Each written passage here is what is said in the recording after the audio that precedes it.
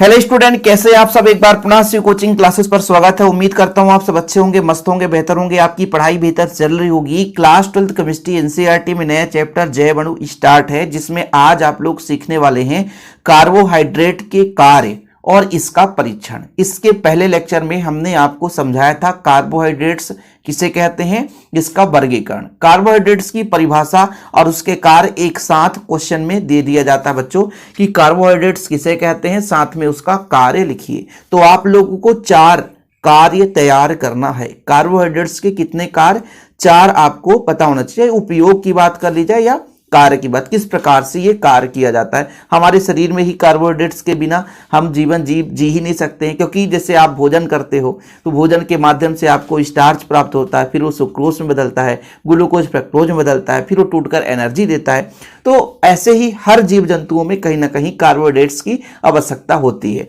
तो कार्बोहाइड्रेट्स है क्या बच्चों, कार्बो मतलब कार्बन से, हाइड्रेट मतलब हाइड्रोजन से, और साथ में ऑक्सीजन मतलब 3 कार्बन, हाइड्रोजन और ऑक्सीजन 3 तत्वों से बनकर बना हुआ ये यौगिक है, जिसका सामान्य सूत्र होता है CxH2O का होल बाय। यहां पर देखिएगा कार्बोहाइड्रेट्स का सूत्र लिख देता हूं बच्चों। CX होता है, CX मतलब X का मतलब जहां 1 2 3 4 5 6, हालांकि मिनिमम 6 होता है, 6 से छोटा हो ही नहीं सकता है, क्योंकि मोनोसेकेराइड आपने पढ़ा है कि सबसे सूक्ष्मतम इकाई आपका ग्लूकोज है, फ्रक्टोज है, और H2O का होल बाय, H2O का होल बाय, ये आपका कार्बोहाइड्रेट्स है सामान्य सूत्र के रूप में। तो कार्बन, हाइड्रोजन और ऑक्सीजन से मिलकर बना हुआ यौगिक होता है, जिसका सामान्य सूत्र CxH2O का होल बाय होता है। या इसे हम ऐसे भी कह सकते हैं बच्चों, पॉलीहाइड्रॉक्सी एल्डिहाइड या कीटोन होते हैं, या कि जल अपघटित रूप में होते हैं। एग्जाम्पल के रूप में आपका ग्लूकोज हो गया, ये भी आपका कार्बोहाइड्रेट से, फ्रक्टोज है ये भी आपका कार्बोहाइड्रेट से, रेफिनोज और सुक्रोज, माल्टोज, ये सब के सब क्या है बच्चों, कार्बोहाइड्रेट्स हैं। ठीक, तो परिभाषा यदि पूछा जाए तो आपसे बनना चाहिए। आप लोगों को हमेशा यही कहता हूं बच्चों कि आप लोग वीडियो लेक्चर क्रम से देखें, बढ़िया देखें, तभी आपको क्लियर हो पाएगा। यदि आप क्रम से देखते हैं तो आपकी विधिवत तैयारी भी हो जाती है। चलिए, इसके प्रमुख कार्य में पहला कार्य देखिए, यह कोशिका का प्रमुख संरचनात्मक क्या बच्चों, संरचनात्मक घटक है। मतलब चाहे मानव शरीर के बारे में बात करें, चाहे पेड़ पौधों की बात करें, चाहे जीव जंतुओं की बात करें, है ना, जो कोशिका का प्रमुख रूप से संरचनात्मक इकाई यानी घटक का मतलब क्या होता है। जैसे मान लीजिए कोई पदार्थ कई चीजों से मिलकर बना, जैसे आपका चाय है, चाय में शक्कर भी डालते हैं, दूध भी डालते हैं, पानी भी डालते हैं, सब उसके क्या है, घटक हैं। इसी प्रकार से कार्बोहाइड्रेट्स जैसे आपका ग्लूकोज हो गया, फ्रक्टोज हो गया, सुक्रोज हो गया। अब जैसे सेल्यूलोज पेड़ पौधों में पाया जाता है, यदि सेल्यूलोज नहीं है तो पौधा रहेगा ही नहीं। आप देखते हैं कि आपका शरीर क्या होता है, मुलायम होता है, पेड़ पौधा कठोर होता है। कारण क्या होता है कि पेड़ पौधों में सेल्यूलोज पाया जाता है, इस कारण से थोड़ा सा वो मजबूत रहता है। मजबूती का सबसे बड़ा कारण यही है, यदि सेल्यूलोज ना हो तो फिर पेड़ पौधे का अस्तित्व समाप्त हो जाएगा, वो कठोर हो ही नहीं पाएगा, लचीलापन रहेगा बच्चों। जैसे कोई पौधा बहुत ही लचीलापन, मतलब सेल्यूलोज की उसमें बहुत ज्यादा कम मात्रा है, यदि वो कठोर है मतलब सेल्यूलोज इसमें पुख्ता रूप से ज्यादा है। ओके बच्चों, इतना क्लियर। दूसरा देखिए, यह जैव ईंधन की तरह कार्य करता है और जीवधारियों को कार्य करने के लिए ऊर्जा प्रदान करता है। जैसे आप गाड़ी चलाते हैं तो पेट्रोल की जरूरत होती है, उसे ईंधन कहते हैं। जैव ईंधन का मतलब यह है कि जीव जंतुओं में एक ऊर्जा प्रदान करता है।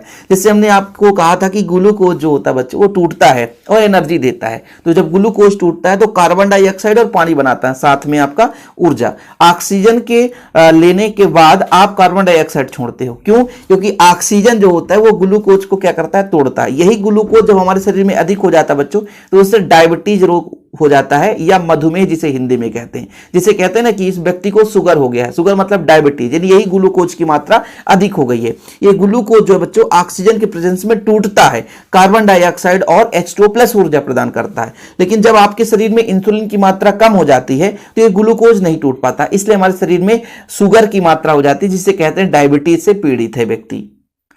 तो यदि आप लोगों को देखिए, ये जैव अणु है, इससे आप बहुत कुछ सीखने वाले हैं। आपके दैनिक जीवन में सारी की सारी चीजें उपयोगी। ये चैप्टर ना आपको इंटरेस्ट रूप से पढ़ना चाहिए, मतलब इंटरेस्ट लेकर पढ़ना चाहिए। सीख है आपके लिए, आपके जीवन से भी बहुत सारी चीजें, उपयोगी चीजें यहाँ पे आपको देखने को मिलेगा। जैसे यहाँ पर आपको समझ में आ गया होगा कि डायबिटीज कैसे हो जाता है।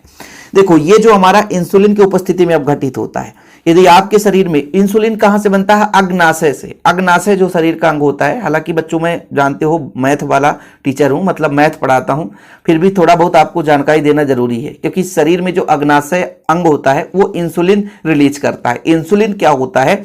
इस ग्लूकोज को तोड़ने का काम करता है, और ये जब टूटता है तो आपका कार्बन डाइऑक्साइड H2O में और ऊर्जा प्रदान करता है। यही ऊर्जा हमारे शरीर को संचालन के लिए कार्य होता है बच्चों। जैसे हम बोल पा रहे हैं इसी ऊर्जा के कारण, इस ऊर्जा की कमी हो जाएगी तो हम बोल नहीं पाएंगे, इतना ध्यान रखना। ओके, चलिए, ये तो सब कार्बोहाइड्रेट से, इसलिए हमको यहां पर समझाना जरूरी है। तीसरा नंबर देखिए, लीवर में कार्बोहाइड्रेट्स ग्लाइकोजन के रूप में आरक्षित रहते हैं, जो जल अपघटित होकर आवश्यक ऊर्जा प्रदान करते हैं। लीवर जिसे बोलते हैं जिगर, इसमें ग्लाइकोजन के रूप में रहता है और मानव शरीर में ये उपयोगी होता है। सेलुलोज घास और पौधों में पाया जाता है, मैंने स्टार्टिंग बता दिया, सेलुलोज पेड़ पौधों में सेलुलोज पाया जाता है। इस कारण से बच्चों क्या होता है, वो सेलुलोज जो होता है तो एक प्रकार से जैसे आपका पेड़ पौधा है वो कठोर होता है, कठोरता का कारण यही सेलुलोज है। अब इसके टूटने से स्टार्च बनेगा, स्टार्च जो है ग्लूकोज देगा। ग्लूकोज जो है बच्चों आपका देखिए, स्टार्च टूटता है सुक्रोज में, और सुक्रोज जो है ग्लूकोज देता है, वो ग्लूकोज एनर्जी प्रदान करता है, ये जानवरों को भी। ठीक है, ऐसे कुछ कार्बोहाइड्रेट्स वसा के रूप में समान ऑक्सीकरण हेतु आवश्यक होते हैं। जब ये भोजन में उपलब्ध नहीं रहते तो वसा मेटाबॉलिज्म की क्रिया तीव्र हो जाती है, जिससे अपूर्ण ऑक्सीकृत उत्पाद प्राप्त होता है और कीटोसिस का भय रहता है। कहने का मतलब ये होता है कि कुछ कार्बोहाइड्रेट्स ऐसे होते हैं जो कि आवश्यक रूप से हमारे शरीर में होने चाहिए, यदि उसकी कमी हो जाती है तो कई प्रकार से बीमारियां उत्पन्न हो सकती है। तो आपको 4 तैयार करना बच्चों, 4 ये लिख लो आप लोग। ठीक है, 4 आपको स्क्रीनशॉट लेना है, 4 फिर भी तैयार करना है। चलिए, यहां पर देखिए कार्बोहाइड्रेट्स के जो स्रोत हैं, जैसे मान लीजिए गन्ना से सुक्रोज भी मिलता है, सेलुलोज भी मिलता है, सेलुलोज। ओके, जैसे सुक्रोज का उपयोग मानव करता है, गन्ने का रस निकाल लिया और बाकी उसका जो डंठल है उसको बोल दिया जा करके गाय को दे दो। ठीक है, भैंस है भैंस को दे दो, सांड बंधा है सांड को दे दो। अब उसको वो खा लेगा, आप तो नहीं खा सकते ना, आप प्रैक्टिकल करके देख लेना। मेला से लाते हैं गन्ना, उसके रस को मतलब एक प्रकार से निकाल करके पी लेंगे, अपने उपयोग में ले आएंगे, लेकिन उसका जो डंठल होता है, जो डंठल बचता है, उसको क्या बोलते हैं? बोले भैया घर में जानवर बंधा है उसको दे आओ। जैसे गाय हो गया, गाय बैल भैंस जो भी है आपके घर में, उनको दे देते हैं। तो ये उससे उनसे भी वो एनर्जी प्राप्त करते हैं। ऐसा नहीं होता कि एनर्जी नहीं मिलता है, एनर्जी मिलता है। अब आप सोचो कि आप लकड़ी चबा लो तो ये सेलुलोज आपके शरीर में पाचन की क्रिया ही नहीं हो पाएगी, समझ रहे हैं? तो आप लोग ट्राई मत करना, ठीक है? धोखे से भी आप ऐसा मत करना कि गन्ने के डंठल को खाने लग जाओ। बच्चों, ये सुक्रोज मिलता है उसके रस से, ठीक है? और जो आपका वो तना होता है, डंठल जो भाग बचेगा, उससे सेलुलोज मिलता है, जिससे वो जो पशु होते हैं वो खा सकते हैं, इसका उपयोग कर सकते हैं। अंगूर सेव खजूर से सुक्रोज और ग्लूकोज मिल जाता है। जो आपका पुष्प पराग होता है, फ्रक्टोज, पुष्प पराग देखते हैं ना, जो मधुमक्खी होते हैं कई पुष्पों के रस को लेकर के अपने छत्ते पे रखते हैं और उसी से शहद बनता है। चावल गेहूं मक्का से स्टार्च बनता है। जब आप भोजन करते हैं तो स्टार्च बनता है, जो कि किस में टूटता है? पहले सुक्रोज में टूटता है, वो ग्लूकोज फिर फ्रक्टोज में टूटेगा और हमें एनर्जी प्राप्त हो जाती है। जैसे दूध में लगभग 5 से 7% लैक्टोज होता है। ये लो, प्राणियों से जो दूध, जैसे गाय भैंस बकरी, यहां से जो दूध प्राप्त करते हैं तो 5 से 7% लैक्टोज होता है। और मधुमक्खी के छत्ते में फ्रक्टोज और ग्लूकोज। लीवर में कौन सा कार्बोहाइड्रेट्स होता है? ग्लाइकोजन। अब ऑब्जेक्टिव क्वेश्चन कहीं से भी पूछ सकता है भाई, जरूरी नहीं रहता है ना, पूछ देगा कि लीवर में कौन सा कार्बोहाइड्रेट्स पाया जाता है, तो ग्लाइकोजन होता है, ठीक है? क्वेश्चन पूछ दिया ग्लूकोज टूटकर क्या देता है बच्चों? कार्बन डाइऑक्साइड, पानी और आपका H2। यही पानी हमारे शरीर में उपस्थित रहता है। जरूरी नहीं रहता कि आप जितना पिए उसी बस से पानी मिलता है।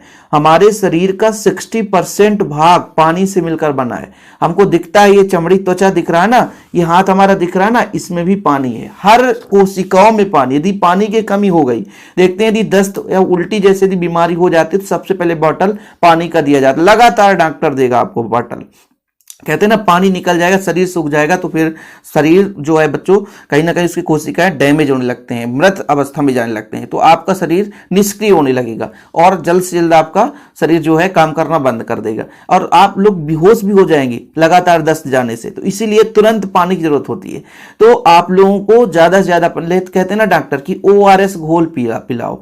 ORS घोल में सबसे ज्यादा क्या? पानी तो रहता है। तो पानी यदि ना पी पाओ ORS घोल तो पानी ही पिलाओ। किसी व्यक्ति को दस्त जा रहा तो ज्यादा से ज्यादा पानी देना चाहिए, क्योंकि उनके शरीर की कोशिकाओं से पानी निकल जाता है और यही पानी जो है बच्चों आपके शरीर को क्या करता है, ऊर्जा प्रदान करता है, एक प्रकार से मतलब तंदुरुस्ती बनाए रखता है। इसलिए कभी भी कोई बीमारी हो पानी ज्यादा से ज्यादा पीना चाहिए। ओके बच्चों, चलिए आगे देखते हैं हम कार्बोहाइड्रेट्स के परीक्षण, मतलब कैसे जानेंगे कि इसमें कार्बोहाइड्रेट्स है। जैसे मोलिस परीक्षण में क्या होता है, जो हमारे पास कार्बनिक ठोस के 1 मिली जली बिलियन में, मतलब जो भी हमारे पास मान लीजिए ये जो पूरे के पूरे जो कार्बोहाइड्रेट्स है ना बच्चों, ये कार्बनिक ही यौगिक होंगे, सारे के सारे कार्बनिक यौगिक, कोई भी ऐसा नहीं, क्योंकि देखिए इसका सामान्य सूत्र होता है CxH2O का होल 6, CxH2O का होल बाई, सॉरी CxH2O का होल बाई, ये कार्बोहाइड्रेट्स है, इनमें कार्बन रहता ही रहता है।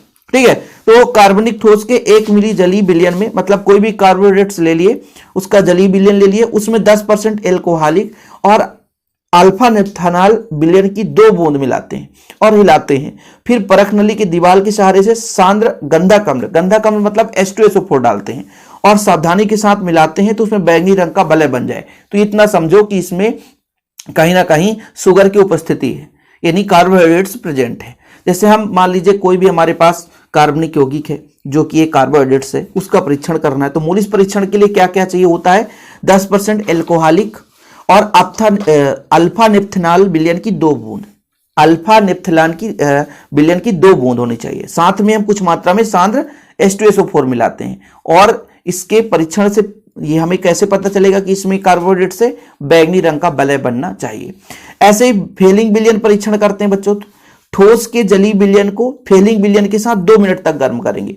जो भी हमारे पास कार्बोहाइड्रेट्स है उस बिलियन को 2 मिनट तक गर्म करते हैं, तो लाल अवक्षेप यदि आ जाए तो ये पता चलेगा कि इसमें शक्कर उपस्थित है, सुक्रोज है। ऐसे बेनेडिक्ट बिलियन परीक्षण में क्या होता है, ठोस के जली बिलियन को बेनेडिक्ट बिलियन के साथ 2 मिनट तक गर्म करेंगे। ठीक है, यदि लाल रंग का अवक्षेप आ जाए तो पता चल जाएगा कि ये शर्करा है। मतलब ये परीक्षण है कि भाई साहब बेनेडिक्ट बिलियन के साथ 2 मिनट तक गर्म करेंगे तो पता चलेगा इसमें शर्करा है। परीक्षण का मतलब क्या होता है, जांच करना कि हमारे पास ये पदार्थ है, क्या इसमें कार्बोहाइड्रेट्स है कि नहीं है, उसके परीक्षण के लिए। जैसे हमारे पास कोई कार्बनिक पदार्थ है, उसको जली बिलियन में मिलाया, 10% एल्कोहल और अल्फा नेप्थेनॉल की 2 बूंद मिला दिया और उसमें थोड़ी सी मात्रा में H2SO4, यदि बैंगनी रंग आ गया पता चल गया हाँ कार्बोहाइड्रेट्स है। फेलिंग बिलियन के साथ 2 मिनट तक गर्म कर दिया, यदि आपका लाल अवक्षेप आया हाँ पता चल गया इसमें कार्बोहाइड्रेट्स से शर्करा है। बेनेडिक्ट बिलियन का परीक्षण, यदि जली बिलियन को बेनेडिक्ट बिलियन के साथ 2 मिनट तक गर्म कर दिया, ये पता चल गया, यदि लाल रंग का परीक्षण आया तो हाँ भाई शर्करा है। इसी प्रकार से आपका टालेन बिलियन परीक्षण होता बच्चों, ठोस के जली बिलियन को टालेन बिलियन के साथ धीरे धीरे गर्म करते हैं। परख नली की दीवार पर रजत दर्पण यदि बन जाए तो पता चला कि अब चायक शर्करा उपस्थित है। मतलब इससे यह पता चलता है कि इसमें यह पदार्थ उपस्थित है। ओके बच्चों, क्लियर है।